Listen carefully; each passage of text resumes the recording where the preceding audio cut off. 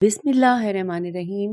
السلام علیکم سامعین، امید ہے آپ سب خیریت سے ہوں گے اور میں سیمی زوار اور آپ ہم سب مل کر کتاب پڑھ رہے ہیں مقتل شیخ صدوق رحمہ اللہ معصومین علیہ السلام کی نگاہ میں واقع کربلا پر ایک مکمل کتاب۔ اس کتاب کو پڑھتے ہوئے ہم پہنچ گئے ہیں 9ویں منزل پر، یعنی 9th ہمارا یہ ریڈنگ کا پارٹ ہے، اور یہاں پر آج کی نشست میں ہم جس ہیڈنگ کے ساتھ پڑھنے کا آغاز کریں گے وہ ہے صبح عاشورہ۔ آئیے ہم جیسا کہ آپ سب جانتے ہیں کہ ہم کاشانہ بصیرت کے پلیٹ فارم پر اس کتاب کو پڑھ رہے ہیں، اس مستند کتاب کو پڑھ رہے ہیں، جس کے بارے میں آپ نے اکثر فیس بک پر اور بہت ساری ایسے مقامات پر اس کے حوالے سے سنا ہے کہ علماء کا کہنا ہے کہ اس کتاب کو ضرور پڑھیں۔ تو آئیے ہم اس کو مل کر ریڈنگ کا آغاز کرتے ہیں۔ صبح عاشورہ، اس کے بارے میں جو ابھی ہم سب سے پہلے آپ کو یہ نوٹ کرا دیتے ہیں کہ ہم حوالہ پہلے نوٹ کرا دیں تاکہ ایسا نہ ہو کہ ہم بھول جائیں، یعنی آگے جا کے کام رہ جائے۔ الامالی شیخ صدوق صفحہ 221 اور 222، اس میں لکھا ہے کہ امام حسین علیہ السلام نے نماز صبح اپنے اصحاب کے ہمراہ ادا کی، انہیں جنگ کے لیے تیار کیا اور حکم دیا کہ اس خندق میں آگ لگائیں جو لشکر کے ارد گرد کھودی گئی تھی تاکہ دشمن کے ساتھ ایک طرف سے جنگ کی جائے۔ عمر بن سعد کے لشکر سے ایک شخص ابن ابی جویریہ اپنے گھوڑے پر سوار ہو کر آگے بڑھا۔ جب اس کی نگاہ شعلہ ور آگ پر پڑی تو اس نے ہاتھ پر ہاتھ مارا اور بلند آواز سے پکار کر کہا، اے حسین اور اصحاب حسین، تمہیں آتش جہنم مبارک ہو کہ تم نے اس دنیا میں اس کی طرف جلدی کی ہے۔ تو امام حسین علیہ السلام نے پوچھا کہ یہ شخص کون ہے؟ بتایا گیا کہ وہ ابو جویرہ مزنی کا بیٹا ہے۔ امام حسین علیہ السلام نے فرمایا، اے میرے معبود، اسے اس دنیا میں عذاب آتش کا مزہ چکھا دے۔ زیادہ دیر نہ گزری تھی کہ اس کا گھوڑا دوڑا اور اسے آتش خندق میں گرا دیا اور وہ جل کر مر گیا۔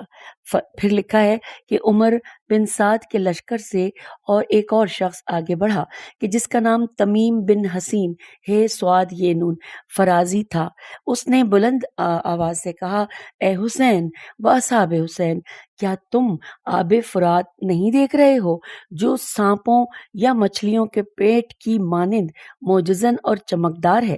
اب یہاں پر جہاں سانپوں اور مچھلیوں لکھا ہے اس کے حوالے سے یہاں پر حاشی میں دیا گیا ہے کہ دوسرے نسخے کے اعتبار سے بس یہاں پہ یہ لکھا ہے، تو لکھا ہے کہ معجزن اور چمکدار ہے کہ خدا کی قسم اس سے ایک قطرہ بھی نہیں چکھ سکو گے یہاں تک کہ بے صبری سے موت کا ذائقہ چکھو گے۔ امام حسین علیہ السلام نے پوچھا، یہ کون شخص ہے؟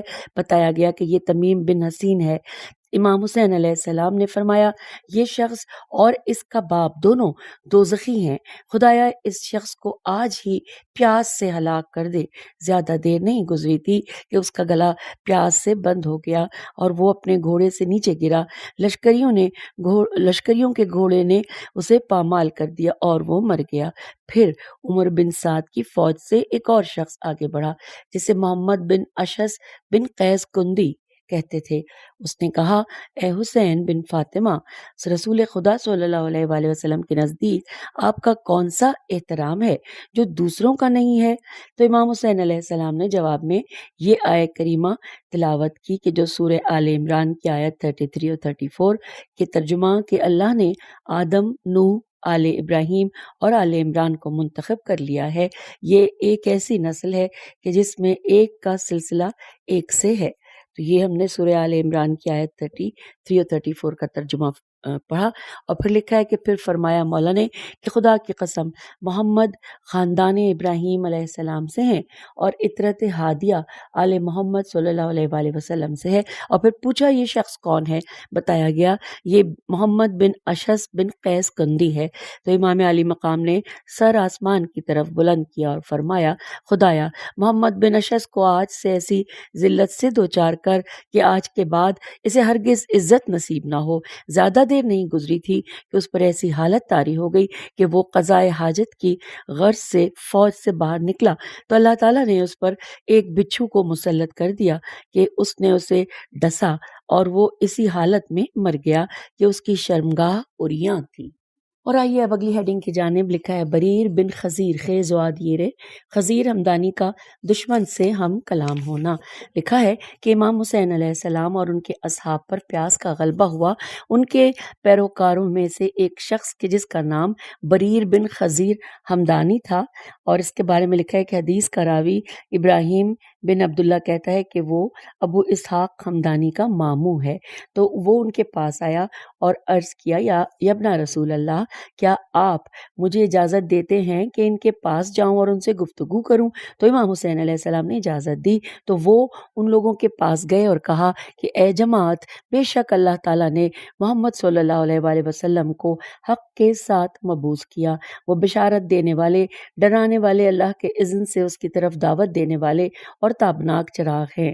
یہ فرات کا پانی ہے کہ اس میں سور اور جنگلی کتے غوطہ زن ہوتے ہیں، لیکن تم لوگ اس کے پانی فرزند پیغمبر کے درمیان مانے ہوتے ہو۔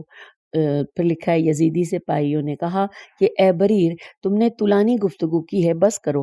خدا کی قسم حسین علیہ السلام کو پیاس کا مزہ چکھنا چاہیے جیسا کہ اس سے پہلے والے نے پیاس کا ذائقہ چکھا ہے۔ اور پھر ساتھ ہی لکھا ہے کہ اس نے ان لوگوں سے مراد خلیفہ اسلام تھا، جو اس نے کہا کہ جو ان کے خیال میں مسلمانوں کے محاصرے میں مرتے دم تک پیاسا رہا تھا۔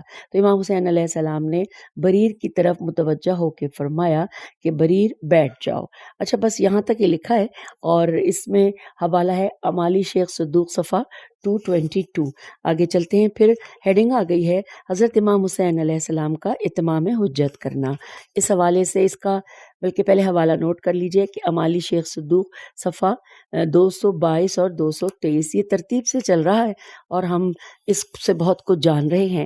آئیے، پھر لکھا ہے کہ پھر امام حسین علیہ السلام کھڑے ہوئے، جبکہ وہ اپنی تلوار پر تکیہ کیے ہوئے تھے۔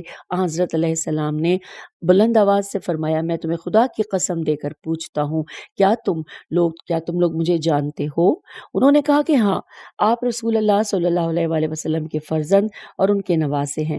انہوں نے فرمایا، میں تمہیں خدا کی قسم دے کر پوچھتا ہوں کہ کیا تم جانتے ہو کہ میرے جد رسول خدا صلی اللہ علیہ وآلہ وسلم ہے؟ ان لوگوں نے کہا کہ ہاں، خدا کی قسم۔ امام علیہ السلام نے فرمایا، تمہیں خدا کی قسم، کیا تم جانتے ہو کہ میری والدہ فاطمہ سلام اللہ علیہا محمد کی بیٹی ہے؟ ان لوگوں نے کہا کہ ہاں، خدا کی قسم ہم جانتے ہیں۔